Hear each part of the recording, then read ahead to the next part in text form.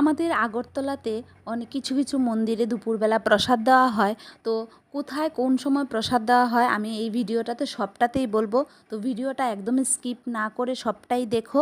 তো আমি আজকে যেহেতু ফলহারিণী অমাবস্যা গিয়েছিলাম আনন্দময়ী কালীবাড়িতে, ওইখানে আমি অঞ্জলিটা দিয়েই চলে এসেছি শ্রীকৃষ্ণ মন্দিরে। এই শ্রীকৃষ্ণ মন্দিরের এই পুজোর শ্রীকৃষ্ণকে এই মানে গোবর্ধনকে প্রতিদিনই ড্রেস চেঞ্জ করা হয়, এত সুন্দর সুন্দর ড্রেস পরায়। আর এখানে প্রসাদ দেওয়া হয়। তুমি যদি প্রসাদ নিতে চাও তাহলে তুমি 12টা বাজার 5 মিনিট আগে থেকে 12টা 10-এর মধ্যে কিন্তু প্রসাদ দেওয়া শেষ হয়ে যায়। তোমরা অবশ্যই যদি প্রসাদ নিতে চাও এই 10-15 মিনিটের মধ্যেই চলে আসবে। তার সঙ্গেই আছে লোকনাথ আশ্রম।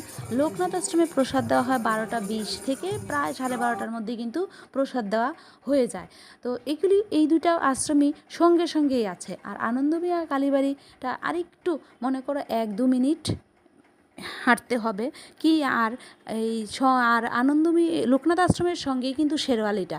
আনন্দময়ী আশ্রমও আর শেরওয়ালি থেকে আসতে না হলে পায়ে হেঁটে 2 মিনিটের রাস্তা। কিন্তু আমার চোখের সামনেই কিন্তু কি করেছে, বাইরের থেকে এসেছে আনন্দময়ী কালীবাড়িতে এসছিল তারা, ওদের থেকে একটা টমটম ওদের থেকে 20 টাকা করে ভাড়া নিয়ে শেরওয়ালিতে নিয়েছে। মানে এটা এত মানে বিশ্রী জিনিসটা।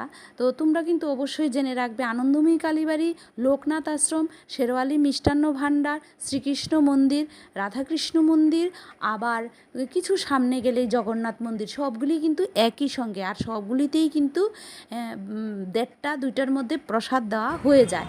তো তোমরা যদি প্রসাদ ভোগের থালাটা নিতে চাও তাহলে আগের দিন তোমাদের বুকিং করতে হয়। আর যদি এমনিতে প্রসাদের দলা নিতে চাও তাহলে তুমি প্রতিদিন পাবে, শুধুমাত্র একাদশীর দিন তুমি কোনো মানে অন্য ভোগ পাওয়া যায় না।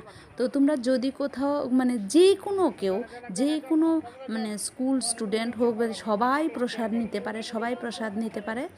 তো আমার এই ভিডিওটা কেমন লাগলো অবশ্য লাইক শেয়ার কমেন্ট